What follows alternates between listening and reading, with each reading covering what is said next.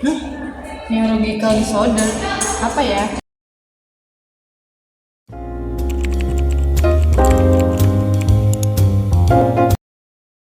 Assalamualaikum warahmatullahi wabarakatuh. Perkenalkan, kami dari kelompok 1 kelas B akan membuat video tentang penyakit dan gangguan yang ada di sistem saraf.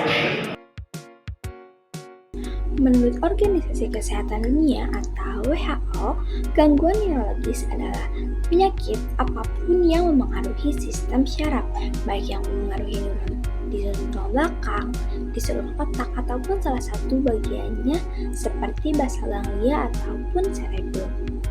Nah, apa saja sih yang termasuk ke dalam gangguan neurologis?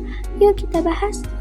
Apa sih multiple sclerosis? Multiple sclerosis adalah penyakit autoimun kronis yang menyerang sistem saraf pusat termasuk otak dan sumsum tulang belakang.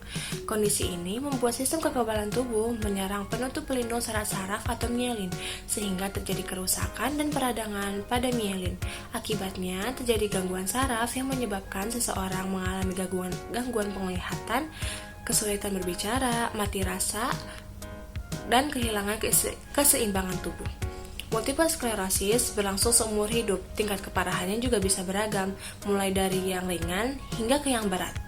Faktor resiko yang mengalami penyakit multiple sclerosis yang utama ada genetik, kekurangan vitamin D, pola hidup yang tidak sehat, dan berasal dari keturunan Eropa Utara. Asupan gizi untuk penyakit multiple sclerosis adalah mengonsumsi banyak makanan yang mengandung vitamin D, diet rendah lemak, dan juga mengonsumsi makanan yang tinggi serat.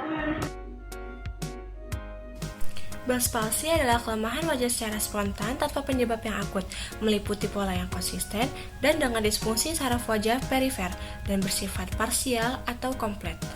Bell's palsy terjadi pada pola neuron motorik bawah.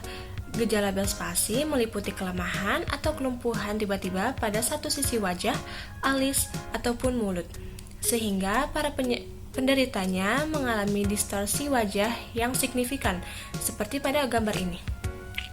Orang yang hidup dengan Bell's palsy juga mengalami nyeri wajah ataupun sensasi abnormal, seperti air mata yang berlebihan di satu mata, masalah terhadap rasa, toleransi rendah terhadap suara keras, nyeri pada bagian rahang ataupun belakang telinga, hingga masalah asupan makan atau minum. Selanjutnya, mari kita bahas tentang faktor resiko Bell's palsy. Faktor resiko Bell's palsy terbagi menjadi dua, yaitu faktor langsung dan tidak langsung. Faktor langsung terdiri dari usia dan keturunan. Biasanya, orang yang berusia 15-60 tahun lebih beresiko terkena Bell's palsy. Sedangkan keturunan terjadi karena adanya riwayat penyakit Bell's palsy yang pernah terjadi pada keluarga. Selanjutnya, faktor resiko tidak langsung terdiri dari penderita migrain. Sebuah penelitian pada tahun 2015 menunjukkan bahwa orang yang menderita migrain lebih beresiko tinggi terhadap Bell's palsy. Kedua, wanita hamil. Terjadi pada trimester ketiga. Hal tersebut karena adanya penurunan imunitas dan perubahan tubuh. Ketiga, adanya infeksi saluran pernapasan, contohnya seperti flu dan pilek. Keempat, terjadi karena adanya stres, pola makan yang salah, dan istirahat yang tidak cukup. Asuhan gizi untuk penderita Bell's palsy. Prinsip utamanya adalah diet makanan lunak agar cairan masuk ke dalam tubuh cukup. Kemudian menerapkan diet rendah arginin atau tinggi lisin karena Bell's palsy dapat disebabkan oleh virus herpes.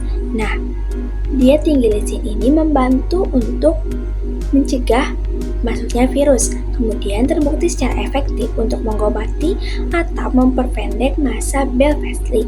Kemudian mengonsumsi makanan yang tinggi protein, vitamin B, omega 3, dan antioksidan juga membantu mempercepat penyembuhan pasien Bell's palsy. Cerebral palsy ini adalah sebuah kondisi, maka kerusakan yang terjadi pada otak tidak bisa disembuhkan atau kata lain permanen. Namun, perawatan dan terapi dapat membantu mengatur dampaknya pada tubuh. Cerebral palsy ini juga bukan sesuatu yang menular, karena cerebral palsy terjadi disebabkan adanya kerusakan pada perkembangan otak. Cerebral palsy ini juga adalah kecacatan paling umum pada masa anak-anak. yang mempengaruhi fungsi motorik akibat cedera pada otak yang sedang berkembang. Selanjutnya, faktor resiko cerebral palsy. Cerebral palsy terjadi karena adanya genetika, kekurangan vitamin saat kehamilan, dan keracunan pada saat kehamilan. Asuhan gizi untuk penderita cerebral palsy adalah dengan mengkonsumsi makanan tinggi protein seperti telur, tinggi kalori seperti alpukat ataupun selai kacang, kemudian tak lupa sayuran hijau yang memiliki vitamin K, juga antioksidan seperti jahe. Sekian video penjelasan dari kami, kurang lebihnya mohon dimaafkan. Terima kasih. Wassalamualaikum warahmatullahi wabarakatuh.